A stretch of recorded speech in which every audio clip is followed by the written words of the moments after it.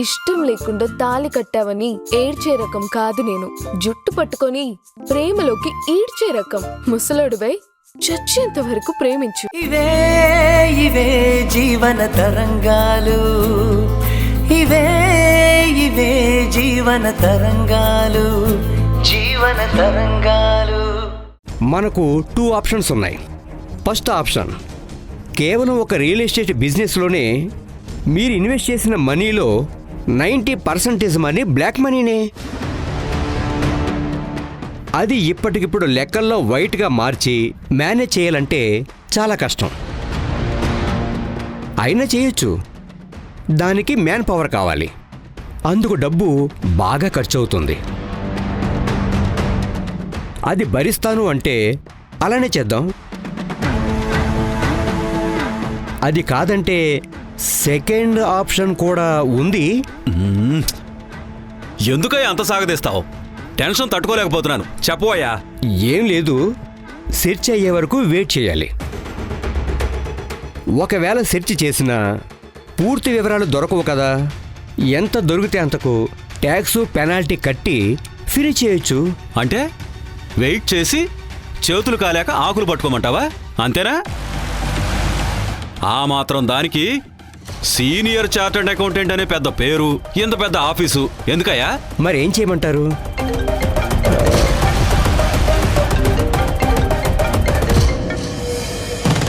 Hello Prabhakar గారు, చెప్పండి. ఏంటి రైడ్ చేస్తారా? దాని గురించి తెలియదా? సరే అయితే సాయంత్రం క్లబ్లో కలుద్దాం.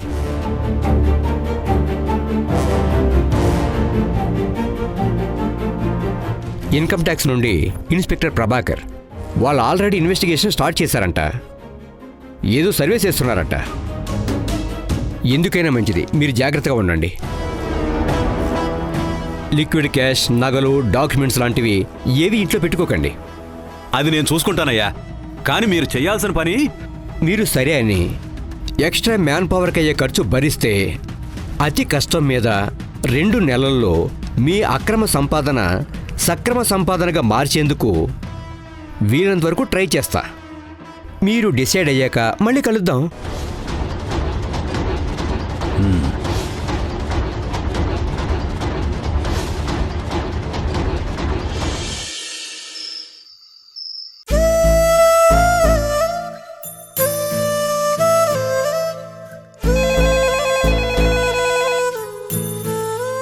హలో, నేను మాస్టర్ని.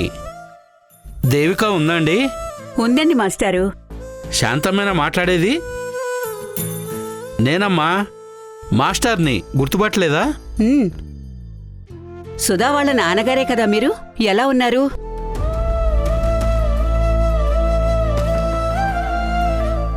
బాగున్నానమ్మా. ఊరి నుంచి మాస్టారు. నమస్కారం మాస్టారు, ఎలా ఉన్నారు? రమ్య ఎలా ఉంది? అందరం బాగున్నామమ్మా. నువ్వు రమ్యని కలిసి వెళ్ళాకే తన మొహంలో నవ్వు చూశానమ్మా. కానీ మీ ముఖంలోనే ఇంకా నవ్వు చూడలేకపోయాను మాస్టారు. మీకు నవ్వటం వస్తుందో లేదో అని నాకు ఇప్పటికీ అనుమానమే.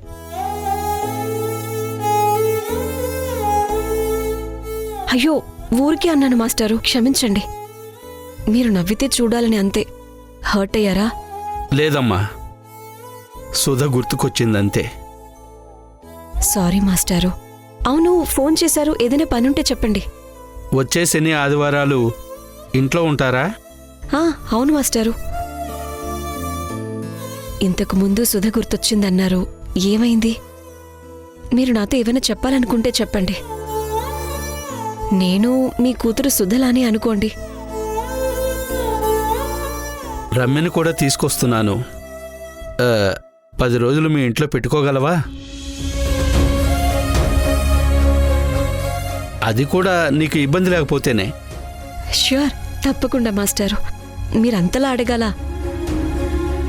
నేరుగా ఇంట్లో దింపేసి వెళ్ళండి, నేను చూసుకుంటాను. మీరు నన్ను చదువుకునే రోజుల్లో సుధలాగా చూసుకున్నారు. అవును, మీరెటువైపు వెళ్తున్నారు? వచ్చాక చెప్తాను.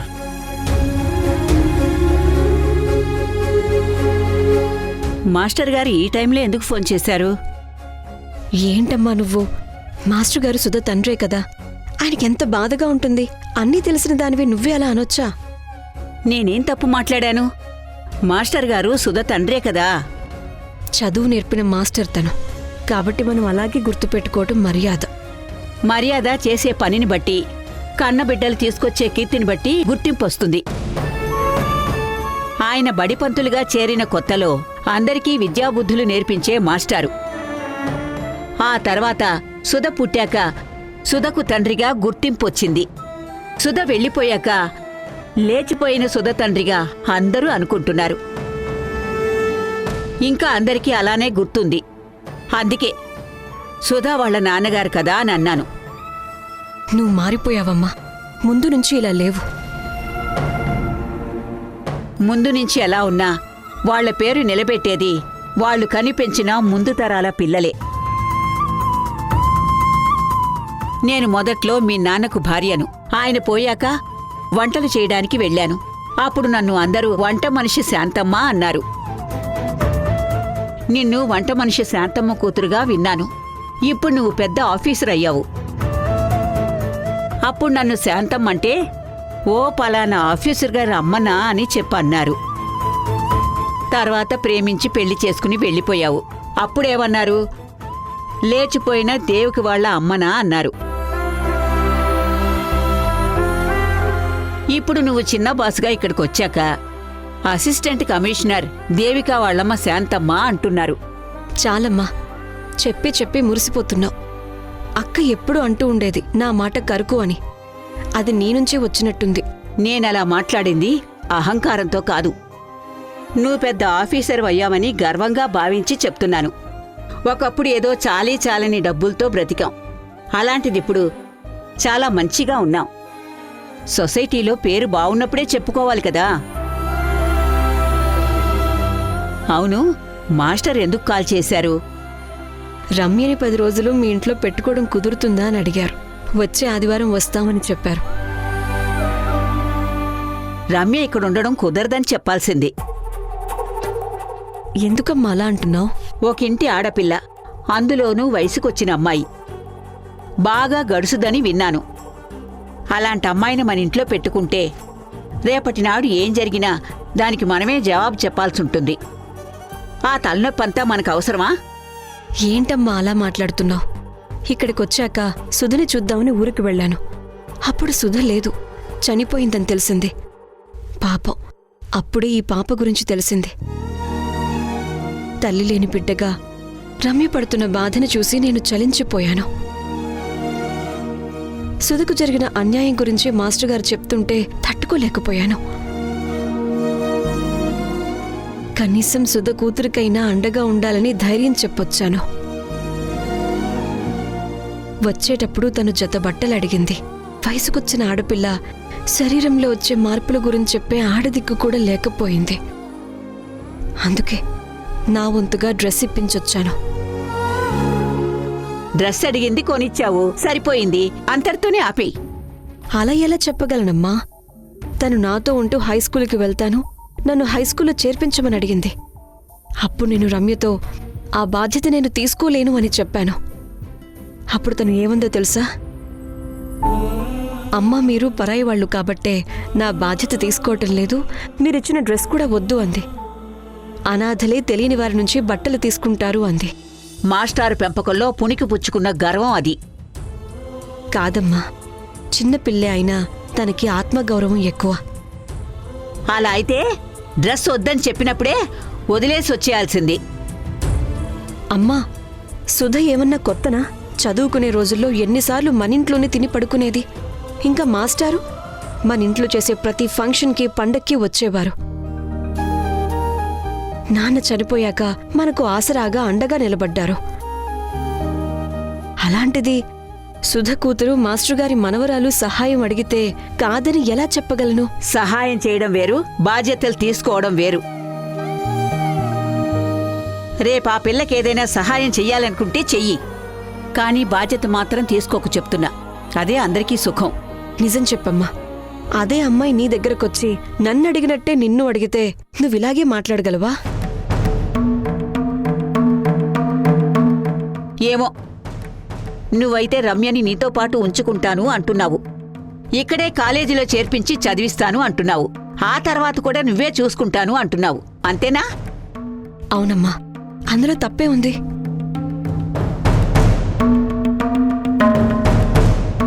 అప్పుడు నువ్వు నీ భర్తని వదిలేసినట్టేనా? అంటే చాలా ఎక్కువ చేస్తున్నావు. అనవసరమైన నిర్ణయాలతో నీ జీవితాన్ని ఏం చేద్దాం అనుకుంటున్నావు? అర్థం కాలేదమ్మా నువ్వేమంటున్నావో.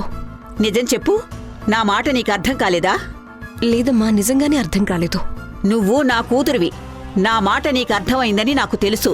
నిజంగానే అర్థం కాలేదమ్మా. రమ్య వచ్చి నాతో ఉండటానికి, నా భర్త నాతో ఉండకపోవటానికి రెండింటికి మధ్య లింక్ ఏంటమ్మా? ఉంది. నీ అంత చదవకపోయినా నేను నిన్ను కన్న తల్లినే. నీ మనసులో ఏముందో నేను తెలుసుకోలేనా? నీకు పిల్లలు లేరు.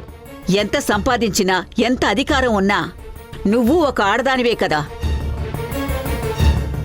అందుకే ఒక్కరినైనా చేరదీసి వారి ఆలనా పాలనా చూసి అమ్మతనం అనుభవించాలనుకుంటున్నావు. అంతే కదా? కాదు. ఏం కాదు? అయినా నీకేం అవసరం ఇదంతా? సుధా చెప్పా పెట్టకుండా ఇంటి నుంచి వెళ్ళిపోయి కడుపుతో వచ్చి ఆ బిడ్డకి జన్మనిచ్చింది.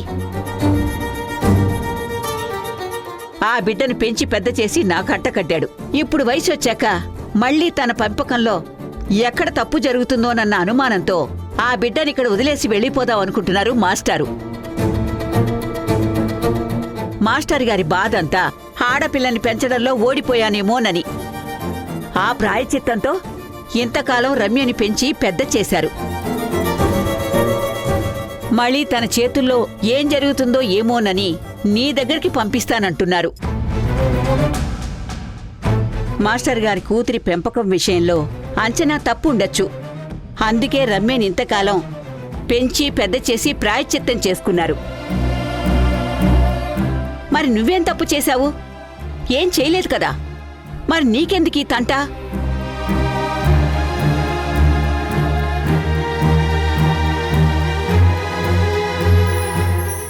ప్రాయశ్చిత్తం కాదు. జీవితంలో నేను ఇష్టపడి ప్రేమించి పెళ్లి చేసుకున్నాను. ఆయన నన్ను వాడుకుంటున్నాడేమో అనే అనుమానం నన్ను వేధిస్తుంది. ఎలాగో నేను పెళ్లి చేసుకోవటం నీకు ఇష్టం లేదు. ఇలా నువ్వు అనుకున్నావని కాదు. ఒకవేళ నేను ఆయన్ని వదిలేసి వచ్చేస్తే నీకిష్టం లేని పెళ్లి పెటాకులయ్యింది. అప్పుడు నీకింకేం బాధ ఉండదు కదా. నాకిష్టం లేనిది నీ పెళ్లి కాదు, నువ్విష్టపడ్డ అబ్బాయి. నువ్వు పెళ్లి చేసుకున్న పద్ధతి. అంతేగాని పెళ్లి చేసుకున్నా ఎలాంటోడైనా మొగుణ్ణి వదిలేసొస్తే మెచ్చుకుంటారా? ఎలాగో పెళ్ళైపోయింది కాబట్టి మీ ఆయనతో కలిసి సుఖంగా సంసారం చేసుకో. అప్పుడు నాకు తృప్తిగా ఉంటుంది, నా మనసు బావుంటుంది. కాని నీకు నువ్వే అతన్ని ప్రేమించడం తప్పనుకుంటే నేను మాత్రం ఏం చేయగలను చెప్పు? మీ పెళ్లి బంధాన్ని నిలబెట్టేందుకు నేను మాత్రం నీకెంతని సర్ది చెప్పగలను? ఇప్పుడు అసిస్టెంట్ కమిషనర్ గారి తల్లి అని గౌరవం దక్కింది నీ వల్ల. రేపు మొగుణ్ణొదిలేసొచ్చిన కూతురు తల్లి శాంతమ్మ అని అంటారు.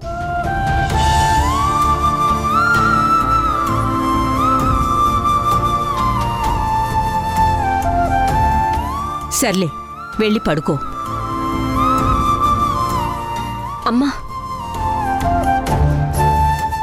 కీర్తి వచ్చింది. నేను వెళ్ళాలి, అంతే కదా? వెళ్తాను. మళ్ళీ వంటలు చేయడానికి వెళ్ళకమ్మా ప్లీజ్. అలా అని ఇంట్లోనే కూర్చోమంటావా? కీర్తిధరణి ఇద్దరూ జాబుకెళ్ళిపోతారు. అల్లుడొక్కడే ఇంట్లో ఉంటాడు. కడుపు నిండా తిని చేతులు కాళ్ళు ఊపుకుంటూ టీవీ చూస్తూ కూర్చుంటాడు. అదంతా చూస్తూ ఇంట్లో ఎలా ఉంటాను? అంతా నా కర్మ. అమ్మా, నీకవసరమా ఇదంతా? ఈ వయసులో కష్టపడి సంపాదించాల్సిన అవసరం ఏముంది?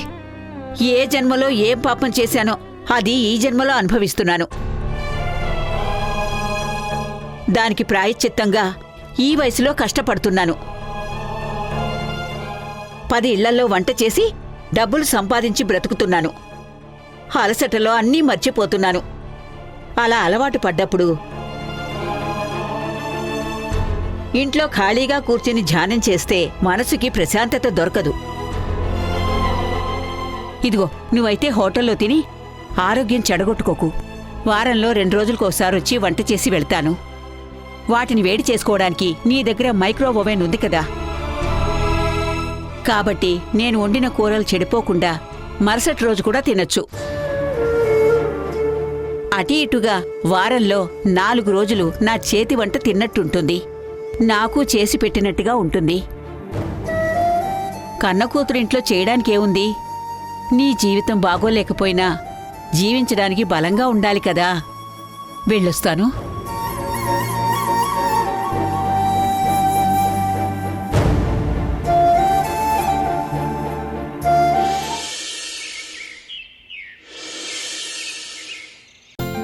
చూడు, ట్యూషన్ కోసం సీట్ కావాలంటున్నావు. క్లాసులు స్టార్ట్ కాకముందే రావాలి కదా, ఇంత లేట్ ఏంటి? నీ పేరేంటి? సన్నీ మేడం. ఎక్కడ చదువుతున్నావు? ఈ లెక్చరర్ గారి కాలేజ్లోనే మేడం. అది మా ఆయన గారి కాలేజ్ కాదు, నీలకంఠం గారి కాలేజ్. అందరూ ఆ కాలేజ్ కంటే లెక్చరర్నే ఎక్కువ గుర్తుపెట్టుకుంటారు. అది మా ఆయన బ్రాండ్. సార్ను మీట్ అవ్వాలి. ఎన్నింటికి వస్తారు మ్యామ్?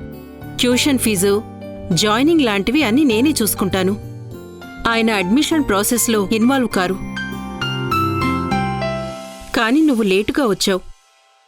ఆల్మోస్ట్ అన్ని బ్యాచ్లు ఫుల్ అయ్యాయి.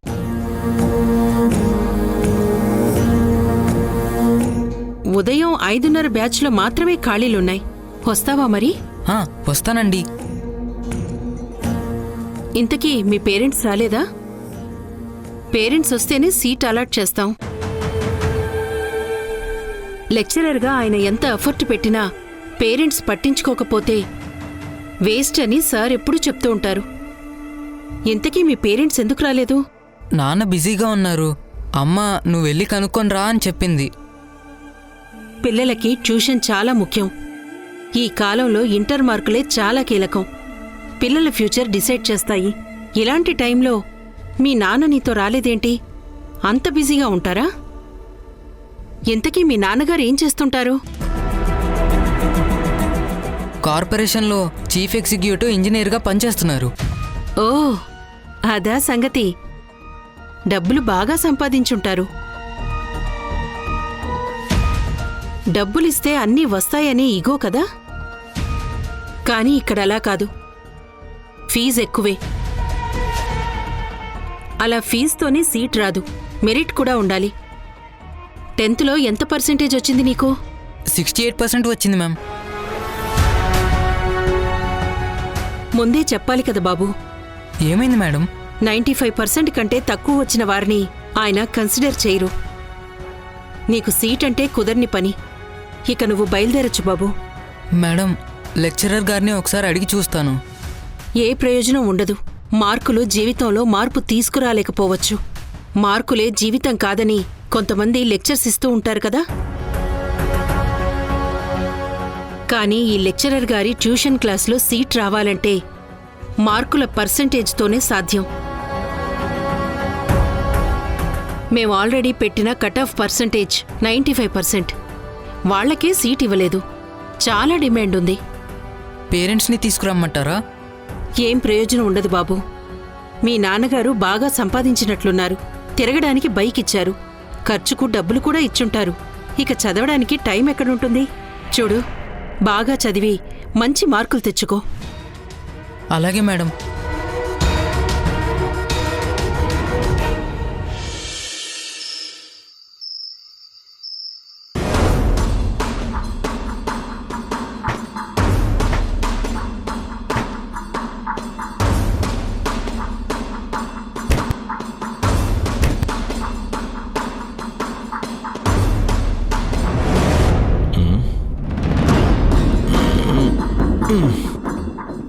సారీ, వరస్ట్గా సన్నీ పడుకున్నాడా?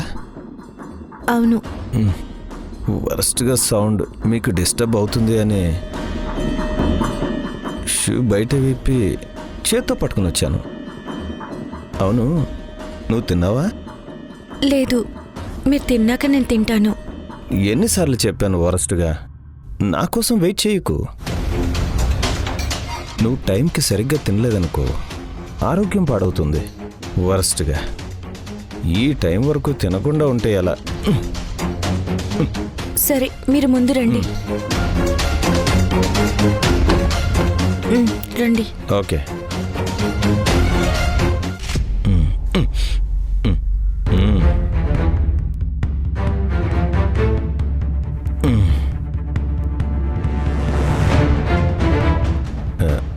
సన్నీ తిన్నాడా? బయట తినేసి వచ్చాను, వద్దని చెప్పి పడుకున్నాడు. నువ్వు నా కోసం 10:30 వరకు వెయిట్ చేసి తినకుండా ఉండకు. నువ్వు తినేసి డోరేసాయి. రేపటి నుంచి ఒకకి నా దగ్గర పెట్టుకుంటాను. ఈరోజు చేశాను చూడు, అలానే సైలెంట్గా బయటే షూ తీసేసి లోపలికొచ్చి తినకుండా పడుకుంటాను. చిచి వరస్ట్గా తినేసి పడుకుంటాను.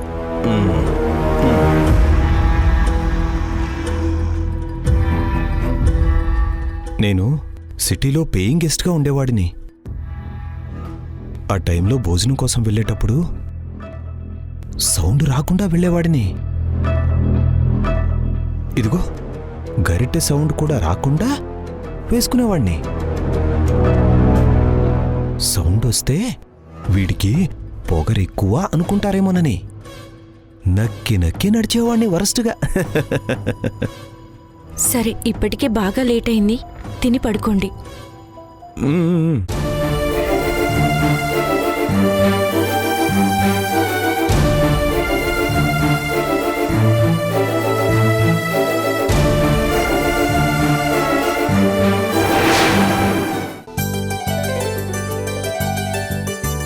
పెళ్లి అంటే డబ్బు ఖర్చు అవుతుంది, అదంతా తాతయ్య చూసుకుంటారు. పెళ్ళయ్యి ఏదన్నా గొడవ ఇంటికొస్తే డబ్బంతా వేస్ట్ కదా. నచ్చకపోతే నీలాగే వచ్చేస్తాను. రమ్య, గొడవ పడి తిరిగి వస్తే వేస్ట్ అయ్యేది డబ్బులు కాదు, జీవితం వేస్ట్ అవుతుంది.